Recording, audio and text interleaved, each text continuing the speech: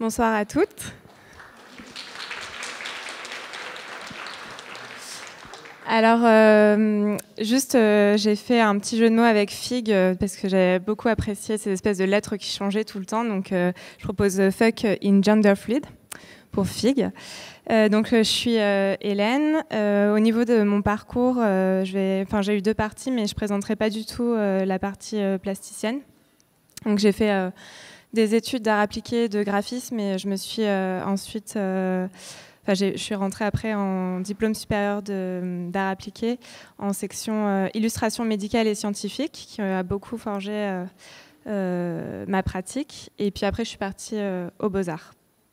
Donc le premier projet que je vais vous présenter s'appelle Transformation FT et MT, et c'est le résultat de mes 2 années d'illustration médicale et scientifique réalisées à Estienne. C'est un projet qui s'inscrit dans le militantisme avec une association qui s'appelle Outrance, qui est une association trans radicale à Paris, qui a été fondée par des personnes plutôt FT, donc Female 2. Female 2, c'est donc les personnes trans qui vont transitionner depuis une assignation de corps dits femelles et femmes vers un genre plutôt masculin ou fluide ou indéfini, ça dépend les transitions. C'est important de le noter parce que souvent quand on pense à la question de la transition, pour les personnes trans, on a toutes et tous en tête, je pense, des images fantasmagoriques de personnes MT, donc male 2, des personnes qui ont été assignées hommes à la naissance et qui vont transitionner vers donc des genres fluides, féminins ou autres. Et on oublie souvent en fait cette partie des transitions, donc des personnes FT. Il y a exactement le même nombre. Pour moi, c'était super important de m'inscrire aussi dans un champ de l'activisme parce que ces diplômes, en fait, sont souvent portés dans les milieux médicaux avec des chirurgiens, etc. Et par rapport aux questions de transition, en fait, la science, les scientifiques, les chirurgiens, les endocrinologues et les psychologues ont tout pouvoir, en fait, sur les corps des personnes trans. J'imagine que plusieurs personnes ici savent que après les homos, les personnes trans, enfin les homosexuels sont partis du DSM, qui est donc un manuel de maladie mentale international, et ont été remplacés en fait par les personnes trans. Il y a eu récemment des espèces de petits changements par rapport à cette considération donc de troubles mentaux et de dysphorie de genre, mais il faut quand même réinscrire, je pense, ce contexte-là, que et les homos et les trans ont été taxés donc de malades mentales. Donc j'ai choisi évidemment de travailler dans le milieu activiste, et j'utilise beaucoup de termes, d'anglicismes, de trucs, j'imagine peut-être parfois étranges. Donc n'hésitez pas, par exemple, s'il y a des mots que j'utilise et que vous ne comprenez pas nécessairement, de me couper pour que je les explicite.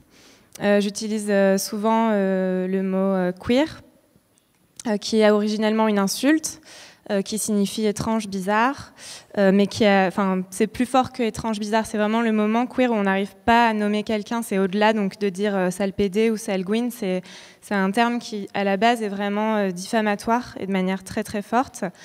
Et il y a une stratégie en fait dans le milieu activiste qui c'est de récupérer en fait les insultes et de les retourner contre les agresseurs. Donc queer est devenu après un mot d'empowerment, donc de mise en puissance de soi, et c'est donc aussi un mouvement féministe qui lui prône en fait l'implosion des catégories de sexe, de genre et de sexualité. En fait, la manière où moi je suis arrivée dans cette question du féminisme et du transféminisme, c'était justement que j'arrivais pas à coller avec des images des féminismes institutionnels qu'on vend. Et en fait, il y a eu un moment donné où la question de la transition m'est apparue comme la possibilité de faire imploser des catégories naturalisées comme hommes et femmes, et avec la possibilité de s'hormoner, de changer son corps par la chirurgie. Et je me suis dit que là, il y avait un truc qui faisait vraiment péter le système. Et donc, je suis partie dans cette aventure. Donc, quand je dis bio, c'est pour biologique, donc les personnes qui n'ont pas fait de transition. C'est aussi cis ou cisgenre, c'est la même chose.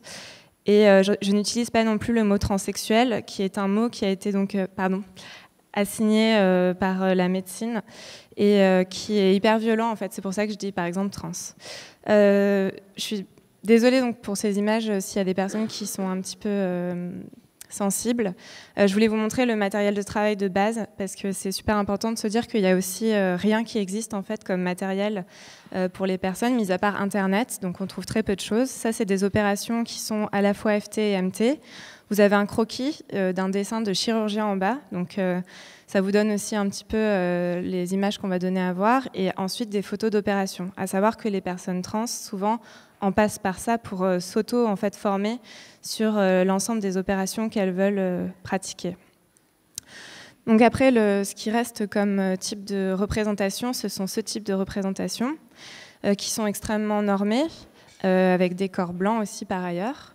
Et il y a vraiment tout un registre de l'illustration médicale et scientifique qui est lié au savoir et aussi au pouvoir. Du coup, quand on dessine, on porte des signes. Et je pense que, je voulais vraiment parler du fait que c'était, c'est parlant et c'est signifiant. Donc il y a un ensemble de codes et mettre à mal ces codes aussi, c'est rentrer dans un espace, je pense, de confrontation aussi avec ces savoirs-là.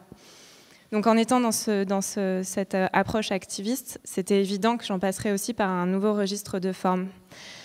J'ai aussi tout de suite arrêté le projet de diplôme sur la question des opérations, puisque simplement, en faisant ces recherches rapidement, j'ai compris qu'il n'y avait aucun support pour les personnes, en fait, pour qu'elles s'informent elles-mêmes ou qu'elles puissent même informer d'autres personnes, ou même dans d'autres espaces, avoir un outil pédagogique qui puisse se transmettre.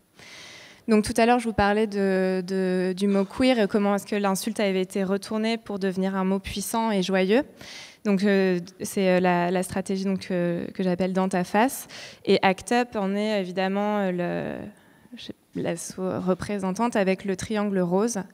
Donc le triangle rose qui est le symbole du féminin et du masculin en fonction de son orientation. Ça c'est aussi à un moment donné un symbole qui s'inscrit dans une histoire et donc avec une interprétation qui va représenter le pubis et donc en inversé qui va représenter le masculin. Et on a donc là les écussons qui ont été donc cousus sur les vêtements des personnes dans les camps de concentration, dont faisaient partie les homos, les trans, les personnes aussi non valides, les tziganes, et donc évidemment les personnes de confession juive. Et donc la décision donc les personnes homosexuelles se voyaient affublées d'un triangle rose pointe vers le bas. Ça dit aussi toute la charge en fait du féminin, ce qu'on va considérer comme le féminin, que l'homosexualité est reliée de toute manière à un signe sale ou à un signe dévalorisant. Et donc ACT UP New York se saisit du triangle et le retourne, donc le renverse, et ça devient le fond noir avec ces typos blanches avec une typo très forte qui vont devenir le symbole d'ACT UP et de la lutte. Donc moi, à partir de ma méthodologie de travail par rapport au milieu TPBG d'ailleurs maintenant, Trans-PD Biguine, c'est de faire, tout à l'heure je parlais l'éponge, c'est que je suis immergée au contact de corps, au contact de savoir, de production de mots, et qu'en fait je disais que tous ces mots font image en moi. C'est-à-dire que quand je pense que je ne suis pas quelqu'un qui produit du savoir dans ces espaces. Enfin, il y a des personnes qui savent écrire, qui ont des manières de penser. Et penser en image, c'est aussi une autre manière de penser. Et c'est aussi accompagner la pensée écrite ou parlée. Et en fait, ce truc de l'insulte et du retournement et de ce signe stigmatisant du triangle, ça m'a vraiment donné aussi envie de créer un vocabulaire qui soit propre à l'association et de fabriquer une grille de triangles et de venir construire et déconstruire des corps à l'intérieur. Et donc vraiment d'avoir un geste qui soit un geste, disons, conceptuel, ou en tout cas qui prenne en charge l'histoire, et donc de créer une espèce de charge à l'intérieur d'images pour recréer des corps. Donc on a après une différence qui va être très forte entre une représentation qui va être ludique, accessible, qui sort complètement de la convention aussi qu'on a vu des images tout à l'heure et de ce rapport et de cette confrontation super violente qu'on peut avoir au corps, et complètement, je pense aussi, en décalé par rapport aux images classiques de l'illustration médicale et scientifique. Donc là, c'est plusieurs crops comme ça de différents sexes qui sont reconstruits pendant des opérations. Ce qui était pour moi très important aussi, c'était que, évidemment, ce sont des corps qui sont transformés pour différentes raisons. Il y a des personnes qui peuvent faire des transitions pour le confort, pour pouvoir passer dans l'espace public. Donc le passing, c'est d'être considéré dans le genre dans lequel on veut être reconnu. Il y a des personnes qui ont envie de pouvoir uriner comme elles le souhaitent aux toilettes sans devoir justement avoir cette confrontation dans un espace binaire. Et il y a des personnes qui vont aussi le faire pour des raisons, je pense, de fitter en fait avec leur corps. Il n'y a pas de bonne opération, il n'y a pas de bon sens. Après, on est évidemment dans des rapports de force où c'est extrêmement complexe. Je ne sais pas comment ça se passe exactement ici en Belgique. Je sais qu'il y a plein de personnes qui se font opérer par ailleurs plutôt ici qu'en France. En France, c'est extrêmement violent, mais c'est encore une autre discussion. Et ce qui était super important pour moi, c'est que c'est aussi des corps à aimer. Ce pas des corps qui sont construits dans un système de reproduction biologique, j'entends. C'est pas des corps qui je pense, fantasment cette capacité-là. Enfin, en tout cas, dans la chirurgie, il y a la question du sexe et de la sexualité qui va se poser aussi, et de vivre en conformité, je pense, à la fois avec un genre. Mais l'identité, c'est aussi le sexe, enfin, la sexualité et la sensualité. Et c'était super important d'avoir pour moi un ensemble de carnations qui évoque aussi tout cet espace de tendresse et d'amour et de désir, en fait. C'était aussi super important de ne pas blanchir les peaux, et c'est quelque chose qui, dans l'illustration médicale et scientifique, est constant, c'est-à-dire qu'il n'y a que des représentations de personnes blanches. Donc ici, par exemple, on a l'opération qui est la vaginoplastie, qui est celle, je pense, qu'on a toutes et tous le plus en tête, donc qui est une inversion pénienne, et ça vous donne en fait voilà l'utilisation de ce triangle, la création des illustrations, ce registre donc d'images qui est très direct et frontal, et aussi de zones de corps que je pense qui sont un peu comme extrudées ou comme ça décontextualisées. Et je pense que ça a vraiment généré. L'idée, c'était pas de faire des explications complexes sur quel nerf est reconnecté et comment et quoi. C'est vraiment d'expliquer aux personnes quelles parties du corps sont réutilisées, avec quels matériaux de son propre corps on reconstruit, en fait. Parce qu'il n'y a pas du matériau qui va être implémenté extérieur. Enfin, il y a des greffes de peau qui peuvent être faites à un moment donné, mais enfin, ça prend plus de temps. Actuellement, c'est vraiment, on utilise le corps de base pour revenir, en fait, refabriquer l'ensemble des zones. Donc c'est vraiment une migration comme ça de ses propres peaux et muqueuses. C'est intéressant aussi de vous dire que c'est un projet donc, qui s'est étalé de 2011 à 2013, que moi je l'ai passé donc, en 2011, et qu'à ce moment-là, le projet, je l'ai mené donc, avec outrance, mais dans un rapport, je pense, assez distant aussi. Pour des raisons qui sont simples, c'est que les personnes ne me connaissaient pas nécessairement, et que l'arrivée toujours de gens extérieurs à la cause ou dits biologique pour faire une étude ou un projet, c'est toujours perçu... ça peut créer de la tension et des inquiétudes qui sont valides. Et donc il y a eu tout un moment où je n'ai pas eu forcément accès aux personnes en fait, qui composaient l'asso. Et à un moment donné, quand il y a eu la passation de diplôme, il y a des nouvelles personnes qui sont arrivées et qui sont devenues mes âmes sœurs.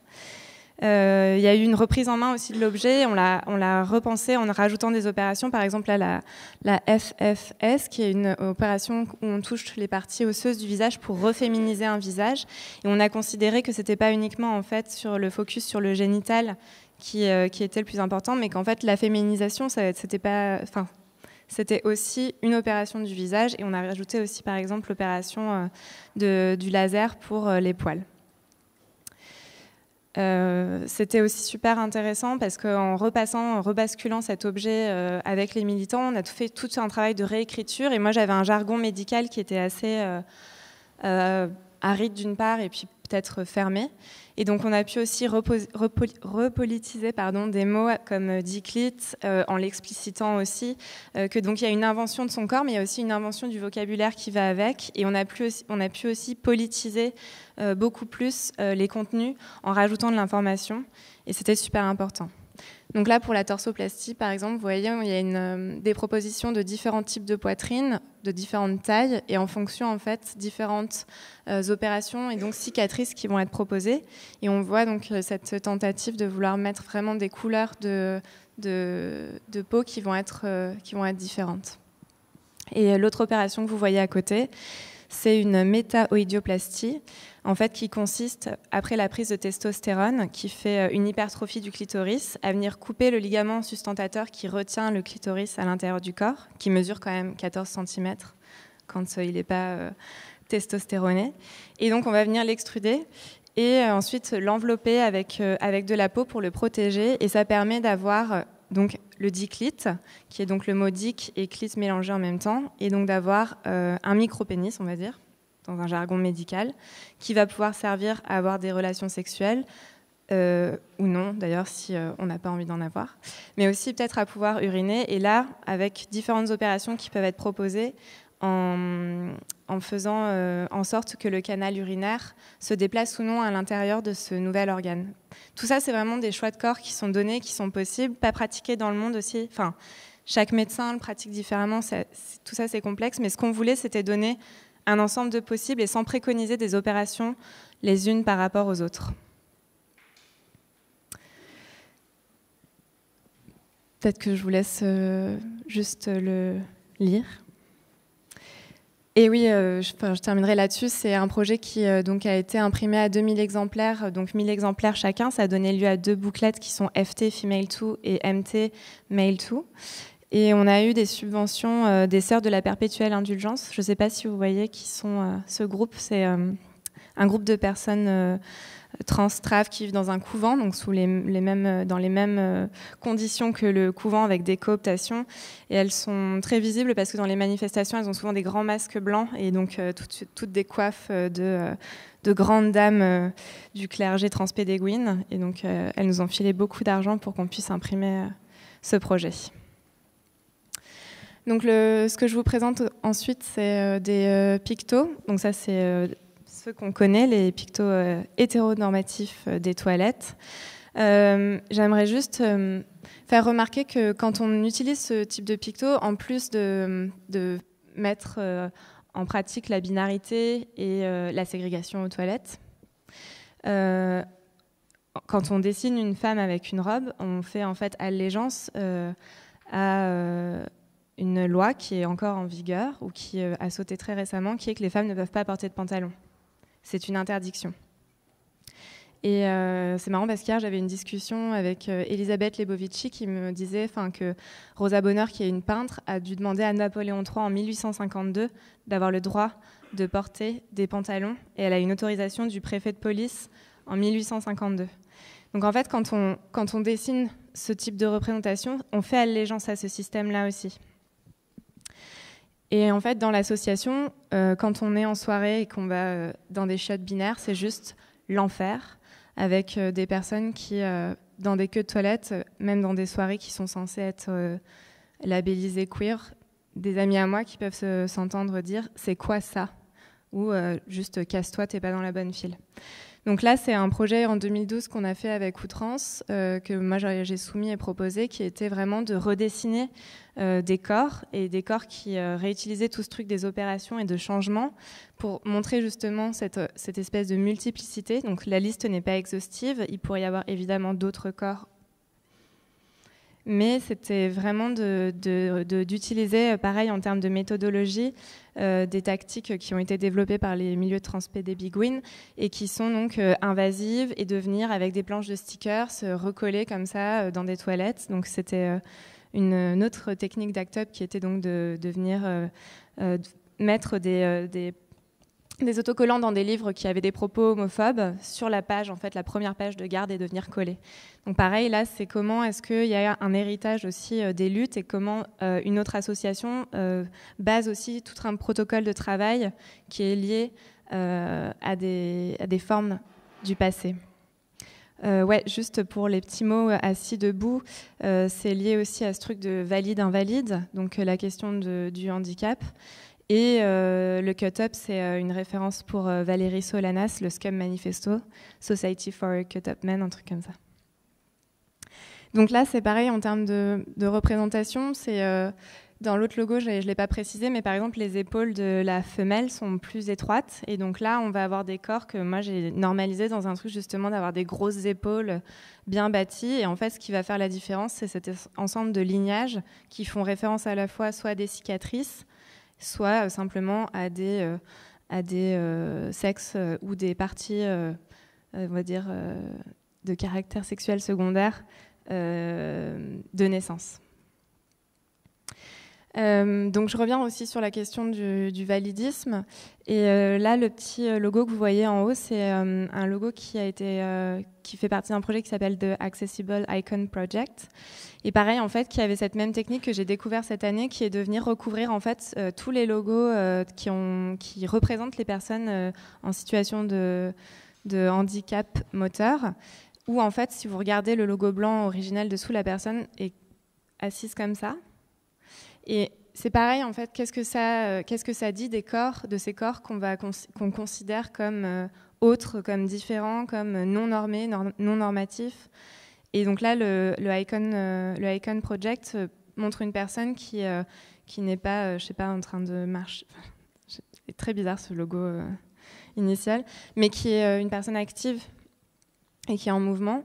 Et donc je l'ai mis aussi en regard des illustrations que j'avais proposées. Alors c'est marrant parce que je n'avais pas du tout vu le projet qui est récent, de Icon Project. Et c'est marrant parce que du coup je me suis dit que mes personnes trans en fauteuil avaient l'air hyper chill. Ce qui est assez fou, c'est aussi la question de la visibilité. En fait, Ruven Augien, qui est un philosophe qui est mort cette année récemment, a écrit un texte pour Libération qui s'appelait donc Au chiottes, la discrimination sexuelle, et on a été mis en relation par un ami en commun. Et le projet en fait de sticker s'est retrouvé publié dans Libé, donc la version web. Et ce qui est vachement intéressant, c'est aussi comment est-ce que des formes qui sont issues à l'intérieur d'un milieu militant où il n'y a pas d'argent, il n'y a pas de moyens, on imprime ça sur des feuilles qu'on achète dans un bureau ou je sais pas où, depuis nos postes de travail, et puis on en pose dans des soirées où on fait de la prévention et on a des petits ciseaux, on vient découper. Et là, il y a une autre visibilité qui arrive parce qu'il y a une rencontre du coup entre un texte qui va être illustré. Et en fait, c'était vachement bien parce que le projet a été publié ensuite dans la version papier. Il est passé en fait de version web à version papier avec ce truc à un moment donné aussi, ça fait mouche, ça fait un espèce de petit, je sais pas, une suite comme ça. Et on a pu donc publier le projet dans un autre espace et donner aussi de la visibilité à une asso dans un autre endroit. Donc je trouvais que c'était vraiment important aussi de le voir exister différemment. Ça, c'est donc un texte de Ruven. La revendication transgenre, elle, part du constat que la séparation entre hommes et femmes dans les toilettes publiques ne respecte pas la condition des personnes qui n'appartiennent ni à l'un ni à l'autre des deux seuls genres socialement reconnus. C'est une raison suffisante de refuser l'offre binaire courante, ou bien homme ou bien femme, tout autre état étant exclu, mais problèmes de coût économique mis à part, il suffirait de créer une troisième catégorie de toilettes neutres pour résoudre le problème.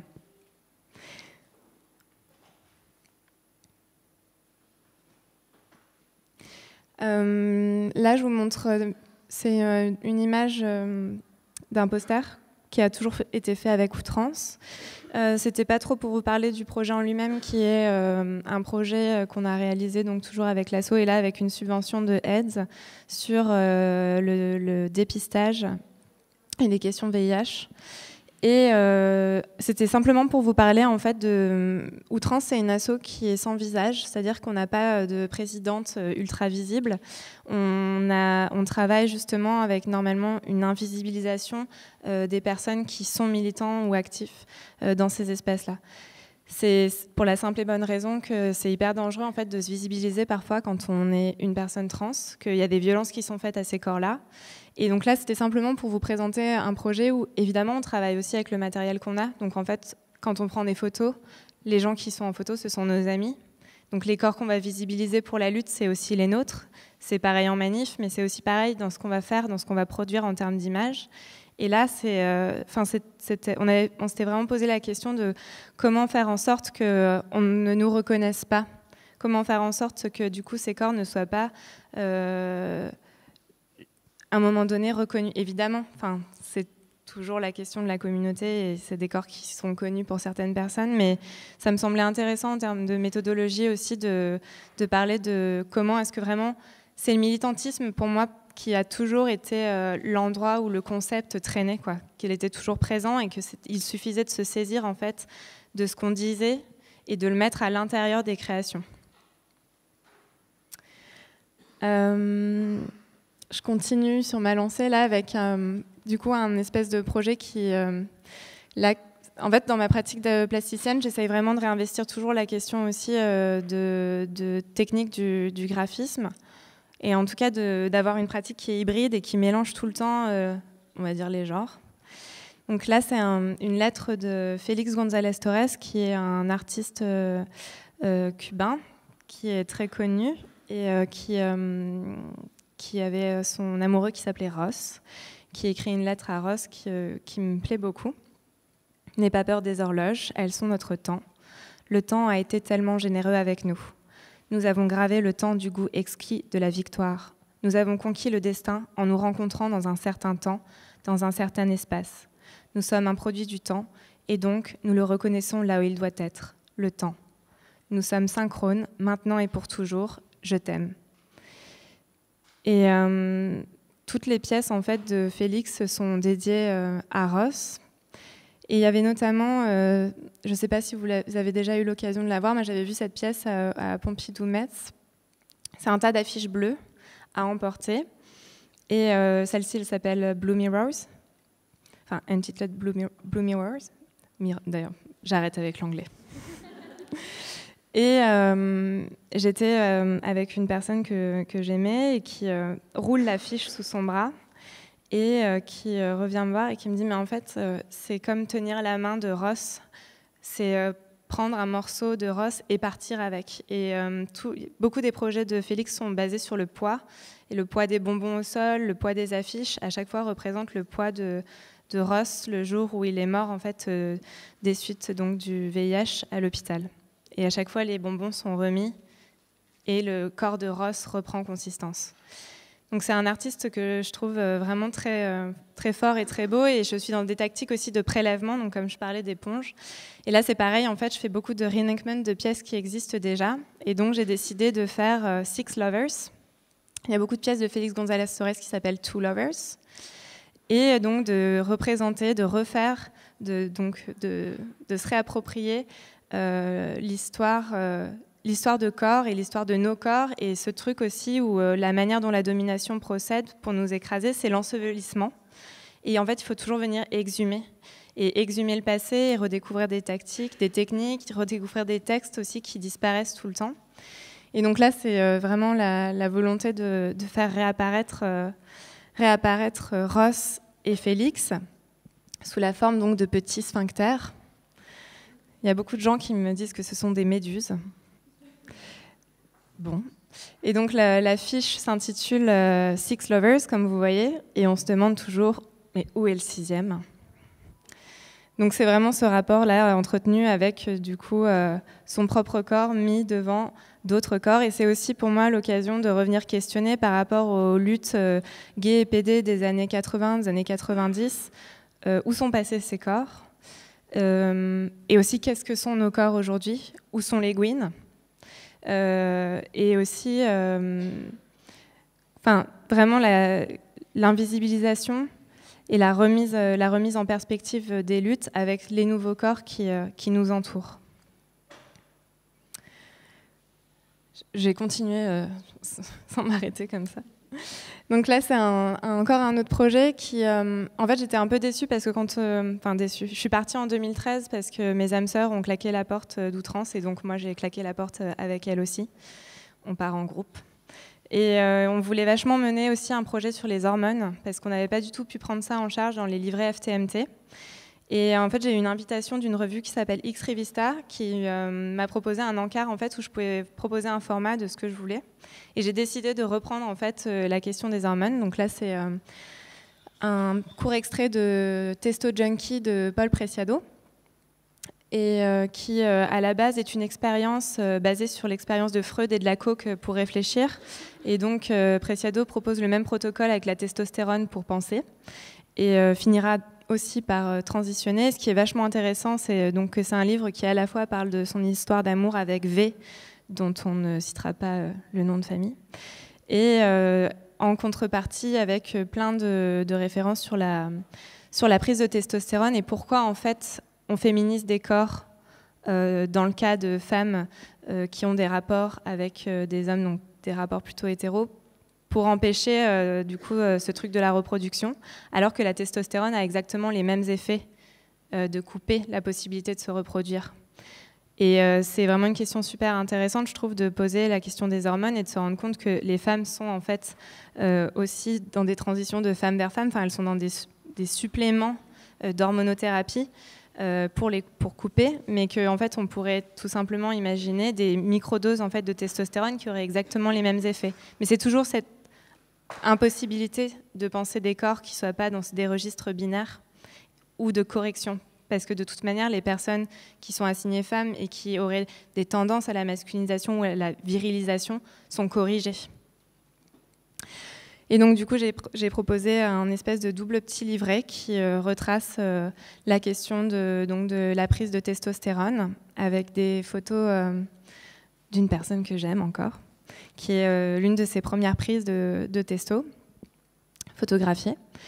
Et là, la manière dont j'ai procédé, c'était aussi vraiment comme ce que j'ai fait dans le cadre de mes recherches en illustration médicale et scientifique, c'est comment est-ce qu'on s'approprie un savoir, et notamment en fait en recherchant énormément dans des bouquins et sur Internet. Donc c'était vraiment de remettre en marche cette pratique que j'avais et de venir au centre vraiment redessiner un dessin donc didactique, donc les molécules synthétiques qui sont administrées en fait que peuvent s'administrer les personnes trans pour se viriliser. Et donc, ce qui m'intéressait aussi, c'était de produire un document qui soit pas uniquement un document scientifique et un document comme on l'entend usuellement, donc avec une justesse, mais plutôt de produire aussi ce savoir-là qui est constitué. Donc, il y a des chansons du rappeur Leaf, il y a Paul Preciado, il y a aussi des conversations que j'ai pu avoir du coup avec Hazel qui est en photo, il va y avoir Dustan qui est cité aussi, et c'est cette manière aussi dont on se constitue un savoir profane et qui n'est pas nécessairement un savoir issu de sources médicales. Et donc la seule source médicale, c'est une source d'un site qui s'appelle FT, et donc qui produit son propre savoir sur la prise d'hormones. Donc ça a été imprimé en doré sur du papier noir, en risographie, la beauté. Et donc avec un super rendu. Là, c'est juste deux petits gifs que j'avais réalisés pour une revue qui s'appelle Terrain Vague, qui est une revue queer qui est super chouette. Et il y avait un truc sur le voguing et j'avais proposé du coup des illustrations qui finalement sont pas passées parce qu'il y avait plus de place. Le voguing, donc, qui est une pratique de danse afro-américaine qui a vu le jour dans les années 70 et le mythe raconte dans les prisons. Donc le Vogue, c'est le magazine Vogue, c'est taper la pose, et donc les personnes qui étaient trans, PD, noires, emprisonnées parce que l'homosexualité était réprimée et la prostitution aussi, on commençait à s'amuser à donc taper des poses et reprendre en fait toutes les postures des personnes blanches et cette idée en fait de devenir quelqu'un, d'accéder à une forme sociale à laquelle on est exclu, où on ne pourra jamais être reconnu. Donc ça a donné lieu après à des house. Je ne sais pas trop si vous connaissez comment ça fonctionne, mais c'est des personnes qui sont donc exclues de leur famille aussi et qui vont se reconstituer des familles avec une mother, donc une personne qui va être une grande prêtresse du voguing et qui va récupérer comme ça celles et ceux qui traînent sur le pavé pour constituer des house qui vont se rejoindre la nuit lors de balls pour confronter les maisons les unes avec les autres. Ce qui m'intéresse là-dedans, c'est aussi toujours cette question de la représentation de la couleur, sachant que je suis toujours très étonnée de voir que on va... Enfin, c'est ce que Marine disait aujourd'hui, c'est le prisme en fait qu'on a et le voile qu'on a sur les yeux nous empêche parfois de se rendre compte en fait du racisme latent qui est compris dans la représentation du design et comment est-ce que en fait chaque fois qu'il va y avoir des subjectivités qui vont être représentées, si elles ne font pas référence directement en fait à un endroit, elles sont blanches. Et je pensais que c'était intéressant de le noter. Ensuite, c'est un projet, faut vraiment que je speed en fait, de Calafou, qui est Ginepunk, qui est donc une communauté de sorcières trans qui vit à Calafou, à côté de Barcelone, et qui sont connues parce qu'elles ont modélisé un spéculum en 3D. Je ne sais pas si vous connaissez. Et en fait, la Biennale du design de Saint-Étienne m'a proposé de représenter ce que c'était que cette société de sorcières meufs trans à Calafou. L'idée de ce collectif, c'est vraiment de se réapproprier les savoirs en fait scientifiques, parce qu'en fait ils portent en eux, ils sont chargés des questions coloniales. Et là vous avez une illustration en fait qui a été réalisée par les personnes qui vivent à Calafou, où les glandes de notre corps portent les noms des médecins qui les ont découvertes la plupart du temps. Donc on a des noms de mecs qui sont inscrits dans nos cellules. Et elles ont décidé en fait d'utiliser le nom des esclaves qui ont été viviséqués par ces mecs et de donner le nom des glandes en fait de ces esclaves de couleur, pour justement, je pense, remontrer la violence de la recherche médicale. Et donc, elle se réapproprie aussi les savoirs, et cette idée de remodéliser un spéculum en 3D, c'est pas tant pour faire un objet qui soit vraiment, je pense, utile, parce qu'un spéculum en 3D, finalement, on en achète en plastique sur Internet des centaines pour rien, alors que le faire imprimer, ça va être beaucoup plus cher. Mais c'est vraiment cette question de comment est-ce qu'on se réapproprie un savoir et qu'on va l'extirper en fait d'un endroit. Et l'invitation qui m'a été faite, c'était comment est-ce qu'on va représenter aussi Calafou et la recherche de ces personnes. Et Tiffaine Kasitani m'a proposé en fait vraiment de venir réutiliser l'ensemble des formes qui gravitent dans mon travail. Et ça, c'est un truc qui est super important aussi pour moi, c'est comment est-ce que d'un espace à un autre, mes formes migrent. C'est-à-dire que je suis jamais non plus, je pars jamais de rien. Il n'y aurait pas, je sais pas, une espèce de vide intersidéral quand je commence à travailler. Je pense tout le temps en fait de manière rhizomatique, et quand j'ai un nouveau projet sur lequel j'avance, je sais où aller chercher quelle forme et dans quel endroit elle est cachée et comment est-ce que je peux la réimplémenter et la réutiliser. Donc là, on voit tout à l'heure ce que j'avais montré, donc ce projet qui n'avait pas pu paraître à l'intérieur du magazine de Terrain Vague, qui va être réutilisé à un autre endroit. Et pareil, la molécule qui était présentée, sachant que Ginepunk travaille aussi sur la question de l'hormonothérapie et de la testostérone. Et donc, c'est des choses qui vont revenir à chaque fois et qui vont vraiment se re-répandre. Et Corinne qui fait des moulages de chatte. Ça, c'est un petit dessin qui devient un objet. C'est pour vous parler de la pratique du dessin vectoriel. C'est vraiment ce que je préfère au monde, le vecteur, contre toute attente. Bon, non, c'est pas vrai, c'est pas ce que je préfère au monde. Mais ça m'intéresse vraiment comme outil de production qui a un